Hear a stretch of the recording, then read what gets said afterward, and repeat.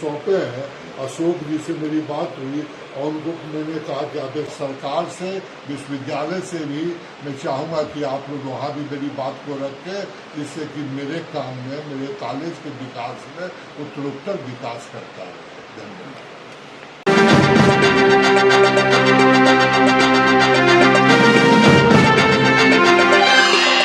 नमस्कार दोस्तों, आप लोग देख रहे हैं नेशन तक न्यूज। यहाँ पर रविशंकर कुमार। अभी हम आप पहुंचे हैं बाढ़ एएनएस कॉलेज महाविद्यालय। आप देख सकते हैं यहाँ पे कई मुद्दों पर यहाँ के प्राचार्य महोदय जो प्रोफेसर ध्रुव कुमार, उनसे बात करने का प्रयास किया। उनके द्वारा कई मुद्दों पर बताया गया, चाहे वो कॉलेज का सौंदर्यीकरण की बात हो, चाहे अभी जो अपर सचिव के पाठक जी का जो गाइडलाइन जारी हुआ है रेगुलर क्लास को लेकर के, उस पर ही बात की गई, या फिर यहाँ के छात्रों की सुरक्षा को लेकर भी, या फिर इस विद्यालय में, महाविद्यालय में जो कोर्स की पढ़ाई अभी नहीं स्टार्ट हुई उसको लेकर के कई मुद्दों पर बात हुई। उन्होंने बेरुखी से उसका जवाब दिया। विशेष खुद उन्होंने क्या क्या बताया। जो बनने वाला था उसका क्या हुआ, कहाँ तक अटका हुआ है बात? टेंडर जैसा कि मुझे जहाँ तक सुनने को आया है कि टेंडर हो गया और वर्क ऑर्डर अभी नहीं निकला। हाँ, वर्क ऑर्डर नहीं, यही जानकारी मुझे, ताकि आज भी हम इस पर अपने कॉलेज के जो इसको जिनको सौंपे हैं, अशोक जी से मेरी बात हुई और उनको मैंने कहा कि आप एग्जीक्यूटिव इंजीनियर से इस पर बात कीजिए कि काम जल्द से जल्द शुरू किया जाए। और आपके आने से पठन पाठन में क्या प्रगति है सर, कुछ बताइए। देखिए, मैं जब इस कॉलेज में ज्वाइन किया तो मात्र 6 टीचर वर्किंग बचे हुए। तो मैंने सबसे पहले विश्वविद्यालय में जितना तक मेरी क्षमता थी, मैंने कोशिश कर टीचरों की संख्या को बढ़ाया और छात्रों से अपील किया, अभिभावक से अपील किया कि ज़्यादा से ज़्यादा तक कॉलेज में ज़्यादा लोग आइए।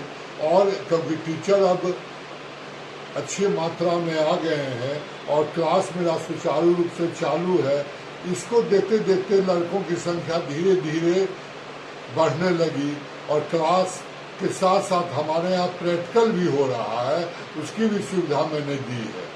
आपको जानकर हर्ष होगा कि हमारे माननीय पाठक जी के आने से इसमें एक जो हमारा जो पहल था उसमें 4 चांद लग गया और बच्चों की संख्या उत्तरोत्तर इतनी बढ़ गई है कि मुझे अब वर्ग को वर्गीकृत करना पड़ रहा है, यानी कि सेक्शन बना के ABC बना के अभी हम बच्चों का पढ़ाई कर रहे हैं। और बच्चियाँ भी मैं खुद अपने घूमता हूँ 1 बार 2 बार और बच्चों से पूछता हूँ कैसा लग रहा है, कैसा अनुभव कर रहे हो, पढ़ाई ठीक हो रही है कि नहीं। बच्चे कहते हैं कि नहीं सर, हम लोग बहुत संतुष्ट हैं, हमारे टीचर हैं। साथ ही साथ मैं यहाँ लॉ एंड ऑर्डर पर भी कॉलेज कैंपस को मैंने ऐसे तत्वों से जो कि असामाजिक तत्व कहला सकते हैं, उनके पर भी मैं नज़र रखे हुए हूँ। और प्रशासन भी, खासकर हमारे माननीय SDO साहब, हमारे ASP साहब और हमारा जो थाना है वो सब मुझे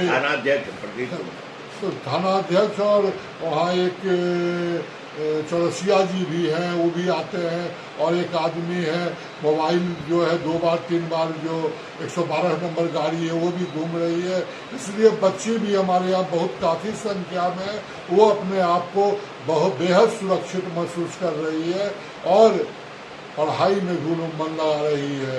बाढ़ वास्तव में जो लोग कहते हैं, ये वास्तव में एक ऐसी उर्वरक धरती है जहाँ हमें पूर्ण विश्वास है कि यहाँ IAS भी निकलेगा, IPS भी निकलेगा, अच्छे शिक्षक भी बनेंगे और समाज के अच्छे नागरिक बन के समाज का नाम रोशन करें। सर, आपके यहाँ PG में कई एक विषय की पढ़ाई अब तक चालू नहीं हुई है, उसके लिए हम पिछले बार भी आप थे यहाँ पर स्थापित तो पूछे थे हम, तो आपने आश्वासन दिया था कि हम मान्यता ले लेंगे।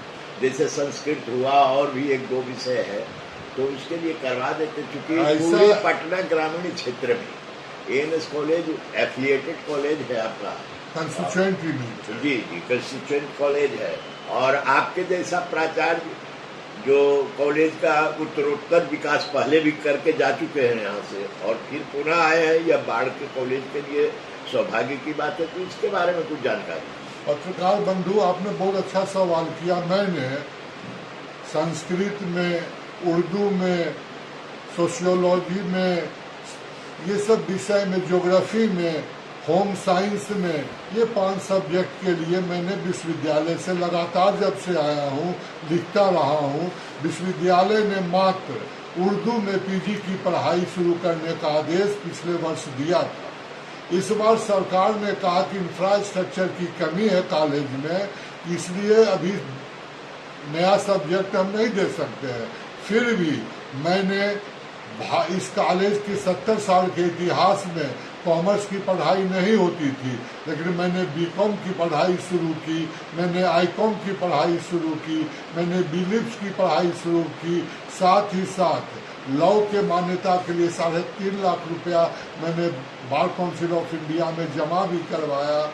बीएड की पढ़ाई के लिए भी मैंने अप्लाई किया, एमसीए एमबीए की पढ़ाई के लिए भी अप्लाई किया। साथ साथ अमीन की पढ़ाई के लिए, अमानत की पढ़ाई के लिए भी मैं पैसा जमा कर रखा हूँ। लेकिन कॉलेज कहीं भी पीछे हटने को तैयार नहीं है। लेकिन इस व्यवस्था का प्रश्न है, जो मेरे हाथ में मैं जरूर करूँगा। आगे भी विश्वास दिलाता हूँ, मैं प्रयत्न करता रहूँगा जब तक हूँ, और आप लोगों से भी सहयोग चाहूँगा, और सरकार से, विश्वविद्यालय से भी मैं चाहूँगा कि आप लोग वहाँ भी मेरी बात को रखें, जिससे कि मेरे काम में, मेरे कॉलेज के विकास में उत्तरोत्तर विकास करता रहे। धन्यवाद।